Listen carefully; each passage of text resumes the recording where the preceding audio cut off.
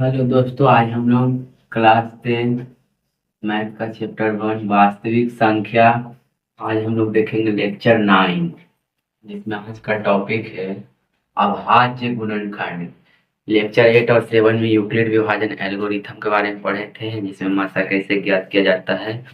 आज हम लोग अभाज्य गुणनखंड के बारे में पढ़ेंगे। देखिए, अभाज्य गुणनखंड, तो अभाज्य संख्या से आप कहीं कहीं परिचित हैं और गुणनखंड से भी होंगे, फिर भी चलिए शुरू करते हैं। सबसे पहले गुणनखंड का मतलब क्या होता है? गुणनखंड ऐसे तो बोलने का बोल सकते हैं, गुना के टुकड़ा को गुणनखंड कहते हैं।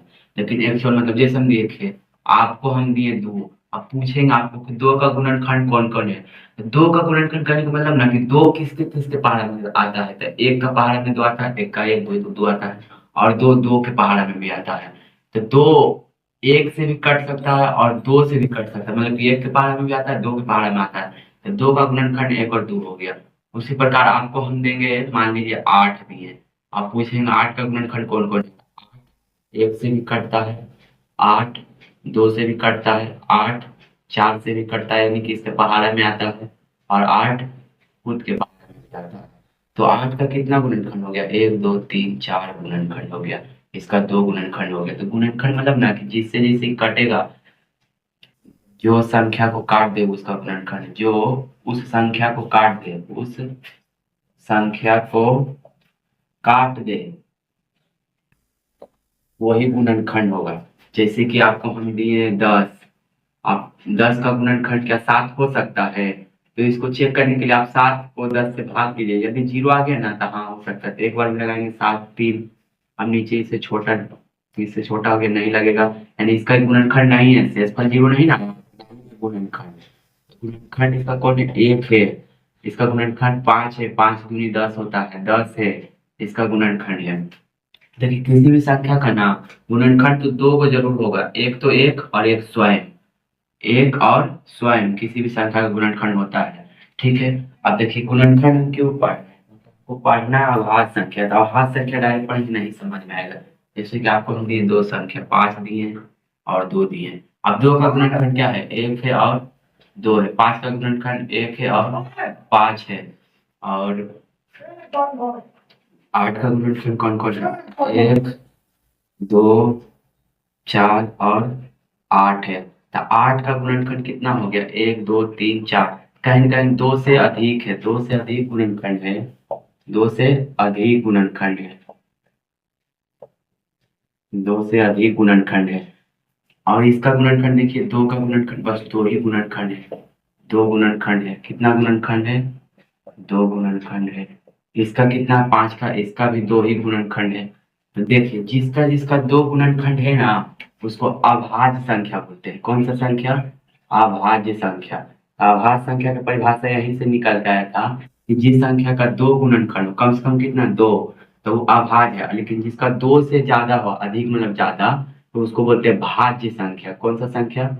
भाज्य संख्या। तो जैसे कि आपको दिया जाएगा 9, आप पूछेगा ये भाज्य क्या भाज्य? इसका गुणनखंड क्या है? एक है, तीन है और 9 है। तो कहीं कहीं दो से ज्यादा गुणनखंड है, तो ये कौन सा संख्या हो जाएगा? भाज्य संख्या। चलिए अब थोड़ा सा डिफिनेशन पे आते हैं, उसके बाद फिर आगे पढ़ेंगे। अभाज्य संख्या। अभाज्य संख्या जिस संख्या के जिस संख्या के दो से जिस संख्या के दो गुणनखंड, कितना गुणनखंड हो? दो गुणनखंड हो, गुणनखंड हो। जैसे जैसे कि आपको हम लिख के दे रहे हैं, जैसे एग्जाम्पल के तौर पे दो। तो दो का कितना गुण? दो का दो ही गुणनखंड। दो सिर्फ एक के पहाड़ा में आता है और दो के पहाड़ा में आता है, और किसी के पहाड़ा में नहीं आता। तो इसका दो गुणनखंड हुआ। और जब दो गुणनखंड है तो आभाज्य बोलेंगे, जैसे कि 3 5 7। सब नौ ही लिख देना है। नौ, देखिए नौ ना एक से भी कटता है, तीन से भी कटता है, नौ से भी कटता है। कहीं कहीं का गुणनखंड दो से ज्यादा हो गया, इसलिए नौ अभाज्य में नहीं आ सकता है। जल्दी हटाइए। 11, 13, 15 नहीं, 17, 19, 23, डॉट डॉट डॉट डॉट, बहुत सारे हैं। देखिए, ये सब अभाज्य संख्या है। लेकिन इसमें से आपको पूछा जाएगा कि बताइए तो सबसे छोटा अभाज्य, जरा देखें कितना पढ़ते हैं आप लोग। सबसे छोटा अभाज्य संख्या, तो सबसे छोटा अभाज्य तो हमको लग रहा है 3, नहीं 2, सबसे छोटा 2। और बताइए एकमात्र सम अभाज्य, एकमात्र सम अभाज्य।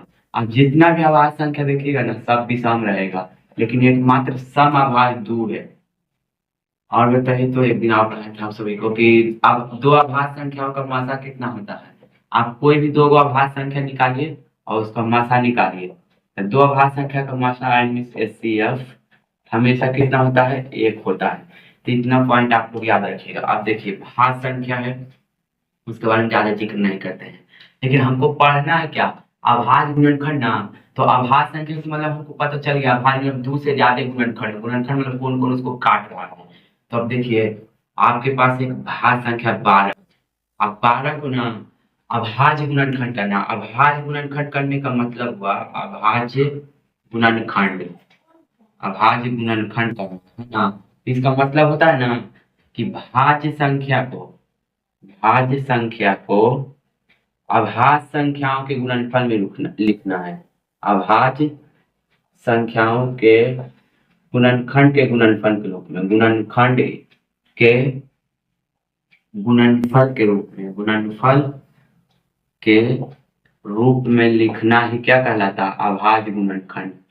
हम तो नहीं समझ पाए। जैसे कि देखो 12 है, ये कौन सा संख्या है, कहीं ना कहीं ये भाज्य है। क्या है, भाज्य है। जब इसी 12 को हम बगल में इसे कर लेते हैं फैक्टर। अब 12 देखो भाग करने का एक भाग ही होता है तरह से, तो इसका एक नियम होता है। प्राकृतिक संख्या में प्राकृतिक संख्या 2 3 से स्टार्ट होता है ना, प्राकृतिक संख्या इसमें नियम होता है कि सबसे पहले छोटा सा भाग कर होता है। 1 से किसी संख्या भाग करेंगे वही आ जाएगा, इसको छोड़ देंगे 2 से, तो सबसे पहले हमको 2 से लगाना है, उसके बाद 3 से, उसके बाद 4 से। 4 से नहीं लगाना क्योंकि हमको देखिए एलसीएम निकालने का रहता तो लगाते, लेकिन हमको अभाज्य गुणनखंड करना, अभाज्य के रूप में तो नहीं, 4 अभाज्य नहीं ना है, इसको नहीं लेंगे। पहले लेंगे 2 से, फिर 3 से, नहीं लगा तो 5 से, 7 से, नहीं लगा तो 11 से, ऐसे ऐसे करके डॉट डॉट करेंगे। ठीक है, तो सबसे पहले हम 2 से चेक करेंगे, 6 दूनी 12, फिर 2 से करेंगे 3, फिर 3 एकम 3। तब देखिए तो 12 था, इसको आप कैसे लिख दिए, 2 गुना 2 गुना 3। तो ये कौन सा संख्या है, अभाज्य संख्या है। अभाज्य संख्या है कि नहीं है, अभाज्य संख्या है। ये क्या था, भाज्य संख्या था, भाज्य संख्या था। तो अभाज्य संख्या, भाज्य संख्या जो था, भाज्य संख्या को अभाज्य संख्याओं के गुणनखंड के गुणनफल के रूप में लिखना ही अभाज्य गुणनखंड कहा जाता है। जैसे कि 18 देंगे तो इसको आप कैसे तोड़ सकते हैं, तो 2 से लगाएंगे 9 और 3 तिहाई के 9। कोई तो बहुत तेज बोलता है 9 दूनी 18, गुना के रूप में टूट गया था गुणनखंड। लेकिन ये जो गुणनखंड हुआ, लेकिन अभाज्य गुणनखंड नहीं ना, 9 अभाज्य नहीं ना, जिसको भाज्य बनाने के लिए और तोड़िए, जितना हो सके उतना तोड़िए। ये हुआ अभाज्य गुणनखंड, ये सिर्फ गुणनखंड हुआ। तो अभाज्य गुणनखंड करने के लिए पता चल गया, कहते हैं कि इसको आप कैसे करते हैं अभी देखना है। ठीक है, तो आइए देखते हैं अभाज्य गुणनखंड कैसे किया जाता है। जैसे कि मान लिया आपको दिया जाएगा 140 और इसका क्या करना है, अभाज्य गुणनखंड। अब आपको पता ही नहीं चल रहा कि आप हमको कितना से लगाना है, नहीं लगाना है, इसलिए जो कुछ विभाज्यता का नियम पढ़ लेते हैं। जैसे 2 से भाग का नियम क्या कहता है, 2 से भाग का नियम कुछ नहीं कहता, कहता है लास्ट में, लास्ट में 0 हो, 2 हो, 4 हो, 6 हो, 8 हो, तो 2 से भाग लग जाएगा। जैसे कि हम आपको दिए इतना बड़ा संख्या, अब बोलेंगे क्या ये 2 से कटेगा, तो बस भाग करके आप चेक करेगा, टाइम लगेगा। इससे बड़े लास्ट का डिजिट पकड़िए, 8 है, हाँ 2 4 6 8 है तो कट जाएगा, यानी 8 है तो यानी 2 से भाग लगेगा। आपको इतना बड़ा क्वेश्चन देगा, बोलेगा 2 से भाग लगेगा, लास्ट वाला 3 है, नहीं लगेगा। बस सिंपल लास्ट वाले देखिए आप बता दीजिए। तो 3 से भाग का नियम क्या करता है, 3 से भाग का नियम कुछ नहीं करता है, अंकों का योग, अंकों का योग मतलब जोड़, 3 का पहाड़ा, क्या हो, 3 का पहाड़ा मतलब कि गुणज हो। जैसे कि सर हम नहीं समझ पाए, जैसे कि हम आपको दिए 123, आप पूछ रहे हैं क्या 3 से कटेगा, तो क्या करना, देखिए एक अंक 1, एक है 2, एक है 3, इस सबको जोड़ दिए, 1 2 3 3 3 6। अभी जो 6 आया जो के क्या 3 के पहाड़ा में आता है, हाँ सर आता है, यानी कि कटेगा 3 से, आप काट के देखिएगा। अब मान लिया जाए आपको इतना बड़ा दे देगा संख्या, बोलेगा क्या ये 3 से कटेगा, तो देखिए 8 एक 9, 9 9 18, 18 3 21, 21 आया। अब 21 3 के पहाड़ा में आता है, हाँ आता है, यानी कि पूरा 3 से कट सकता है, इसको 3 से भाग लगा सकते हैं। या फिर आओ छोटा करना तो 2 1 3 ये लिख, अब तो आप कटेगा। ठीक है। अब 5 से भाग का नियम क्या कहता है? 5 से भाग का नियम, 5 से भाग का नियम कहता है लास्ट में 0 हो या 5 हो, लास्ट में कितना कितना हो, 0 या 5 हो लास्ट में। जैसे जैसे कि हम तुमको दिए 105, बोलेंगे 5 कटेगा, हाँ लास्ट में 5 है, 5 से कट जाएगा। 100, 5 से कटेगा, लास्ट में 0 है, कट जाएगा। ठीक है, समझ में आ गया। भाग के नियम को याद रखिएगा। तब देखिए अभी 140, अब इसको कितना से लगाए हमको कुछ पता नहीं। अब हाथ संख्या क्या है, पहला तुम्हें फिर 3 फिर 5 है फिर 7 है, ऐसे से है। तो सबसे पहले आपको 2 से लगाना है, 2 से लगेगा, हाँ लास्ट में 0 लग सकता है। तो 2 से लगाएंगे। अब 2 का बार हम कितना बार पढ़ेंगे कि 14 आएगा, तो 2 सत्ते 14, ये 0 आ जाएगा यहाँ पे, तो 70। फिर 2 से लगाएंगे, देखिए तो 2 से लगाएंगे तो 2 तिया के 6, 3 हुआ ना, तो इसमें एक बच जाता है, तो एक इसको दे देता है, तो 10 बन जाता है। तो 2 बचे 10, 35 दूनी 70। ये होता है तरीका। अब कितना से लगेगा सर, 2 से तो नहीं लगेगा, कहा लास्ट में नहीं, 0 2 4 6 8। अब 3 से लगाओगे, सबके जोड़ते हैं, 5 3 8, 3 का पारा 8 नहीं तो नहीं होगा, लास्ट में 5 है, हाँ 5 से लगेगा। तो 5 सत्ते 35, 7 तो अभाज्य संख्या है, खुद से लगेगा। अब इसको क्या करेंगे, इसको लिख देंगे गुना के रूप में, 140 बराबर, पहले इधर क्या आया है 2 आया है, उसके बाद क्या आया है फिर 2 आया है, फिर 5 आया है, फिर 7 आया है। तो इस प्रकार से लिख दिए हम। अभाज्य भाज्य संख्या था ना, इसको अभाज्य संख्या को गुणनफल के रूप में लिख दिए। इसी को बोलते हैं अभाज्य गुणनफल, ही नहीं 2 अभाज्य नहीं, 5वीं अभाज्य 7वीं अभाज्य, तो हो गया। इस प्रकार से क्वेश्चन बनाते हैं। फर्स्ट क्वेश्चन था, मान लीजिए आपको एक क्वेश्चन दे रहे हैं, देखते हैं आपको कितना समझ में आया।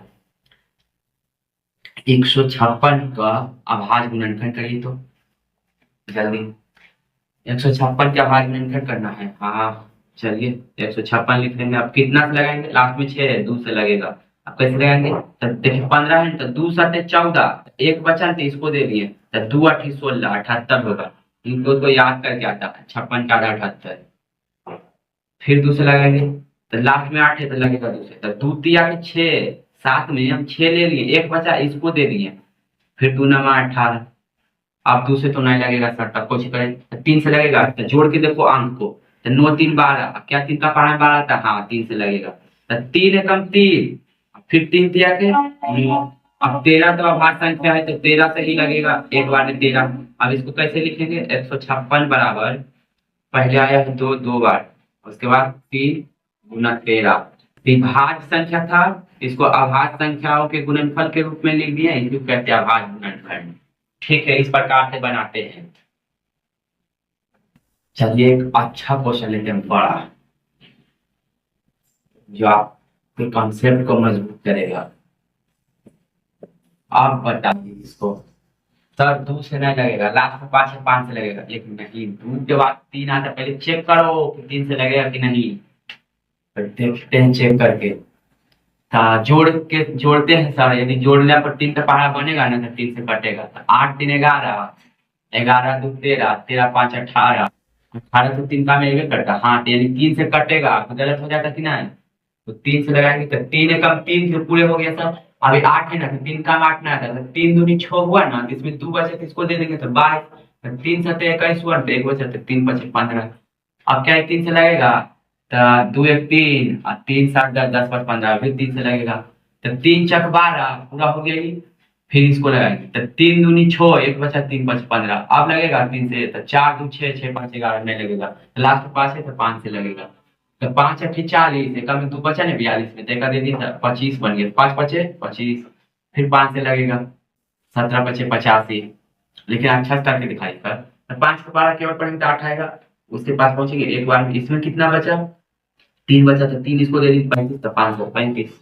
17 अभाज्य संख्या आगे नहीं करिए, अब लिख दीजिए 38 25 बराबर, 1 2 बार 3 आया सर, 2 बार 3 आया है, 2 बार 5 आया है, और एक बार 17 आया है। तो इस प्रकार से बनाते हैं अभाज्य गुणनखंड विधि से।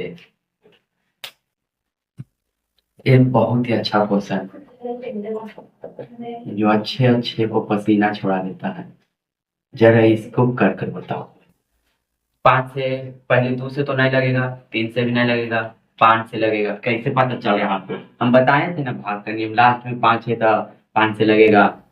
5 से लगाएंगे तो 5 एकम 5, 5 में 0 से भागा करेंगे ना, 5 में 0 से भागा करेंगे तो 0 आएगा, तो 0, फिर 5 में 0 से भागा तो 0, फिर 5 में 5 से भाग करेंगे तो 1 आएगा। आप पते नहीं चल रहा आपको उसी से लगेगा। तो मान लिया जाए पहले हम 2 से नहीं लग सकता है, कभी 5 तक आगे तब पीछे नहीं जाना है। अब कितना से लगेगा? 3 से भी नहीं, 4 से भी नहीं। तो आपको हम पढ़ाएंगे कभी 7 से विभाजता करना, ठीक है? आप पढ़ लीजिए। अब देखिए 7 का पहाड़ा कितना बार पढ़ेंगे कि 10 के पास पहुंचेंगे तो एक बार में 7 एकम 7 बचा 3, तो 30 बन गया, तो 7 चक 28, तो 2 बचा 21, 7 क्या 21। अब कितना से लगेगा? 7 के बाद 8 से तो नहीं लगेगा, 9 से नहीं, 13 से देखते हैं लगा के। 11 से लगेगा। 11 से लगने का नियम होता है, 11 से भाग लगने का नियम होता है। जैसे देखिए 143 से शुरू वाला और एक गैप करके ना आप जोड़िए तो 4 आया, और इसको यहाँ पे कोई संख्या नहीं तो 0, 0 और 4 के साथ जोड़ेंगे तो 4 आएगा। और दोनों के घटेला पे यदि 0 आ गया ना तो 11 से लगेगा। हाँ, चलिए कोई बात नहीं, नहीं समझ में आया, आगे समझा देंगे किसी वीडियो में व्यवस्था का नियम। तब 11 एकम 11 तो कितना बचा? 3, तो 11 3 33। अब 13 तो हाथ संख्या नहीं करेंगे आगे, तो इस प्रकार से क्वेश्चन बनता। 5 इंटू 7 इंटू 11 इंटू 13, इसका अभाज्य गुणनखंड हो गया। तो अभाज्य गुणनखंड तो करने आ गया हमको, लेकिन अभाज्य गुणनखंड से पूछा जाता है 2 चीज। अभाज्य गुणनखंड विधि से 2 चीज पूछा जाता है। अभाज्य अभाज्य गुणनखंड विधि से 2 चीज पूछा जाता है। पहला एचसीएफ निकालने के लिए कहा जाता है, दूसरा एचसीएम निकालने के लिए कहा जाता है। तो सबसे पहले हम अभाज्य गुणनखंड विधि से एचसीएफ निकालेंगे। क्या निकालेंगे? एचसीएफ, ठीक है। तो आपको दिया गया क्वेश्चन 12,18 का अभाज्य गुणनखंड विधि से अभाज्य क्वेश्चन चेंज करता है। 15,12 का अभाज्य गुणनखंड विधि से माशा ज्ञात करें, ठीक है? माशा ज्ञात करना है। तो देखिए आप सबसे पहले 15 का अभाज्य गुणनखंड कर दीजिएगा। किसका? 15 का। तो 15 का अभाज्य गुणनखंड करने तो आपको आता ही होगा, 15 का करना है, बगल में रफ में कर लीजिएगा नहीं आता है तो। 15 तो 5, 3 से लगेगा, 3 5 15, यानी कि 3 गुना 5। अब किसका करना है? 12 का। तो कोई बहुत तेज होता है, करेगा 2 6 12, 2 दूनी 4 4 12 होता है कि नहीं होता है? नहीं होता आपको तो ऐसे कर लीजिएगा। 2 से लगाएंगे 6, 2 से लगाएंगे 3, और जो इधर आता है ना उसी को लिखिएगा, जो इधर आता है ना उसी को लिख दीजिएगा ऐसे। तो देखिए इसका गुणनखंड हो गया, अभाज्य गुणनखंड हो गया, लेकिन इससे आपको एचसीएफ निकालना है। क्या निकालना है? एचसीएफ। और याद रखिएगा एचसीएफ निकालने के लिए जो संख्या सभी में हो वही एचसीएफ होगा, वही एचसीएफ होगा। जो संख्या सभी में हो ना वही एचसीएफ होगा। जैसे सर कहने का मतलब इसका एचसीएफ यदि हम निकालना चाहें तो क्या होगा? दोनों में सेम चीज क्या है? 3 है, 2 है, नहीं मिल रहा, 5 है। देखिए सर इसका भाज्य गुणनखंड किए तो इसमें भी 3 है, इसका भाज्य गुणनखंड किए तो इसमें भी 3 है, तो दोनों में सेम चीज क्या है? 3 है, तो एचसीएफ 3 हो गया। तो यानी एचसीएफ मतलब कि जो दोनों में हो उसी को एचसीएफ कहेंगे। आगे और क्वेश्चन लेते हैं। मान लिया जाए आपको दे रहा है 18 और 24 का एचसीएफ निकालिए। तो 18 का अभाज्य गुणनखंड करेंगे बगल में, 18 का अभाज्य गुणनखंड 2 से लगाएंगे 9, 3 से लगाएंगे 3 दिया के 9, 2 इंटू 3 इंटू 3। 24 का अभाज्य गुणनखंड करेंगे बगल में, 24 का 2 से लगाएंगे 12, 2 से लगाएंगे 6, 2 से लगाएंगे 3, 2 गुना 2 गुना 2 गुना 3। अब देखिए हमको निकालना क्या है? अच्छा हमको निकालना है एचसीएफ। सेम चीज दोनों को 18 का अभाज्य गुणनखंड के इसमें भी 2 है, इसमें भी 2 है, एगो 2 आ गया। अब दोनों में सेम चीज क्या है? यहाँ 2 है लेकिन ऊपर नहीं ना है तो नहीं लेंगे, यहाँ एगो 3 है, एगो और 3 है, तो एगो और 3 ले लेंगे। अब देखिए यहाँ 2 3 है, लेकिन एक को मिल रहा है, एक को ले लेंगे। अब कुछ मिल ही नहीं रहा, तो नहीं मिल रहा तो गुना 3 दूनी 6, इसलिए CF इसका कितना हो गया, 6 हो गया। इस प्रकार से निकालते हैं अभाज्य गुणनखंड विधि से HCF। कौन सा HCF? चलो यूक्लिड विभाजन, चलो बताओ तो। एक अच्छा क्वेश्चन, 21 और 15 का अभाज्य गुणनखंड विधि से मात्रा ज्ञात करना है। तो 21 का अभाज्य गुणनखंड करेंगे तो 3 सटे 21, 15 का अभाज्य गुणनखंड करेंगे तो 3 5 15। ऐसे अब बताओ तो क्या होगा, सेम चीज दोनों को कौन सी है, 3 3, ऐसे अब हो गया 3। समझ में आ गया अभाज्य गुणनखंड विधि से एचसीएफ। अब एलसीएम का ये ना काहे बात को घुमा रहे हैं, ठीक है।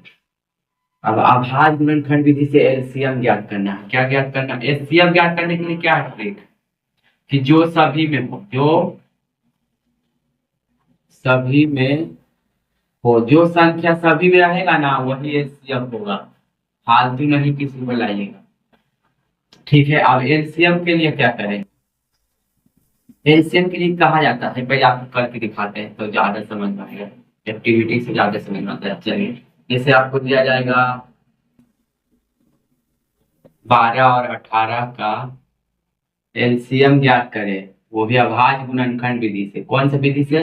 अभाज्य गुणनखंड विधि से। तो अभाज्य गुणनखंड विधि से बोला था, हम 12 का अभाज्य गुणनखंड करेंगे तो 6 दूनी 12, 3 दूनी 6 हो गया अभाज्य गुणनखंड इसका।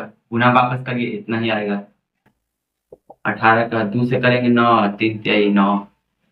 अब देखिए, एचसीएफ निकालना तो आसान होता है जो दोनों में हो, लेकिन एलसीएम में थोड़ा दिक्कत होता है। एलसीएम निकालना है तो सबसे पहले आप ना किसका किसका प्रयोग किए, किस किस संख्या का। तो देखिए ना सर, यहाँ पे हम 2 के प्रयोग किए, लाइन में आए वो 3 के प्रयोग किए हैं, 2 और 3 का प्रयोग किए, इसमें भी 2 ही 3 का प्रयोग है, यानी 2 और 3 का प्रयोग है। देखिए एलसीएम में क्या होता है ना, कि जिसका प्रयोग किए हैं, जिसका जिसका प्रयोग किए हैं, यानी कि सर जिसका जो जो लिखा गया है इसमें, जिसका प्रयोग किए हैं उसमें से, उसमें ज्यादा कहाँ पर है, ज्यादा कहाँ पर है, ज्यादा जहाँ पे होगा ना वहीं से उठा लेना, नहीं समझे। जैसे कि देखिए, जैसे यहाँ पे हम 2 और 3 का उपयोग किए ना, तो बताइए तो 2 इसमें ज्यादा है या इसमें 2 ज्यादा है। तो सर अंदरो आदमी के पता चलेगा कि 2 एकम में 2 बार है, एकम एक के बार है, ज्यादा है नहीं ना हुआ सर, दोनों 2 के ले लो। एलसीएम में यही होता है। और कोचिंग का प्रयोग किया 3 के, अब 3 ज्यादा कहाँ पे, यहाँ पे एक बार सर, यहाँ पे 2 बार 3, तो 3 के ले लो, दोनों 3 के, आप गुना करवा दो। तो 2 दूनी 4, 4 तिया 12, 12 तिया 36, यानी कि एलसीएम 36। इस प्रकार से अभाज्य गुणनखंड विधि से एलसीएम निकालते हैं, यानी इसमें जो ज्यादा होगा ना, जिसका प्रयोग किया ज्यादा जहाँ पे है वहीं से लेना है। तो एलसीएम के बारे में क्या लिख लेंगे, ऐसे शॉर्टकट में नोट्स बनाना होता, जहां ज्यादा हो वहां से उठाना है, जहां ज्यादा हो वहां से लेना। जैसे अब दिखाते हैं, अब दोनों को एक साथ पढ़ते हैं तब मजा आएगा। एक संख्या दिए हैं आपको 24 और 48 का, 24 48 अच्छा नहीं है, 24 और 52 352 का एचसीएफ एंड एलसीएम ज्ञात करना है, ठीक है। लेकिन अभाज्य गुणनखंड विधि से, अभाज्य गुणनखंड विधि से तो पहले 24 का हम अभाज्य गुणनखंड करेंगे सर, ऐसे तो नहीं करता, तो बगल में ऐसे सिखा रहे हैं। 2 से लगाएंगे 12 दूनी 24, 2 से लगाएंगे 6, 2 से लगाएंगे 3, अब इसको लिख देंगे 2 गुना 2 गुना 2 गुना 3। अब 52 का करेंगे तो 52 का अभाज्य गुणनखंड कर लेते हैं, 2 से लगाएंगे तो 2 दूनी 4, इसमें एक बचा है, इसको दे दिए 26 दूनी 52, फिर 2 से लगाएंगे 13, तो यानी क्या है 2 गुना 2 गुना 13। अब देखिए एचसीएफ निकालने के लिए आपको हम क्या बताए थे, कि जो सभी में हो। एचसीएफ में क्या होता है, एचसीएफ में होता है सर जो सभ्य में हो, तो सभ्य में कोई चीज सेम चीज मिल रहा है, दो ये जो है, ये जो है, यहाँ पर है यहाँ पर है, तो दो दोनों में मिल रहा है, अभी 2 बार मिला है तो 2 बार 2 और कुछ मिल रहा है नहीं सर, 13 3 नहीं मिल रहा, तो एचसीएफ हो गया 4। और एलसीएम में क्या बताएं कि किसका किसका प्रयोग किए हैं सर? हम 2 के प्रयोग किए हैं सर। और बताओ 3 के भी और 13 के भी प्रयोग किए हैं सर। तो तुम बताओ कि 2 सबसे ज्यादा कहाँ पर है? तो 2 सबसे ज्यादा कहाँ पर है? यहाँ पे 2 बार, यहाँ पे 3 बार, तो ऊपर से ले लेंगे तीनों। जिस लाइन में ज्यादा रहेगा ना वही उसी लाइन से लेना, इस लाइन में ज्यादा है तो इसी लाइन से पूरा पूरा ले लेना। अब 3 सबसे ज्यादा कहाँ पर सर? यहाँ पे 3 एक बार, यहाँ पे एक को बार नहीं है, तो एक को बार नहीं तो ज्यादा यही ना हुआ। तो अकेला रहेगा तो उसको भी लिख लीजिएगा। अब 13 सबसे ज्यादा कहाँ पर है? इसी लाइन में है, उसमें तो है ये ना है 13। यदि जबरदस्ती मन करे ना तो ऐसे भी लिख सकते हैं 13 के पावर 0, तो वहाँ 0 बार है, यहाँ एक बार, तो ज्यादा कहाँ पे हुआ? नीचे ना हुआ। ठीक है, तो 13 ज्यादा यहाँ पे है, यदि आप सबका गुना होगा, बहुत बड़ा गुना होगा। 2 दूनी 4, 4 दूनी 8, 8 तिया 24, 24 × 13 करना है, 24 × 13। तो 4 तिया 12 के 2 हाथ में 1, 3 दूनी 6, 3 दूनी 6, और 4 एकम 4, 6 4 10, 1 × 11 के हाथ में 1, और 2 एकम 2 3, यानी कि एलसीएम हो जाएगा 312 और एचसीएफ कितना हो जाएगा 4। इस प्रकार से अभाज्य गुणनखंड विधि से एचसीएफ एलसीएम निकालते हैं। कितने मिनट? ठीक है, तब तुम बोल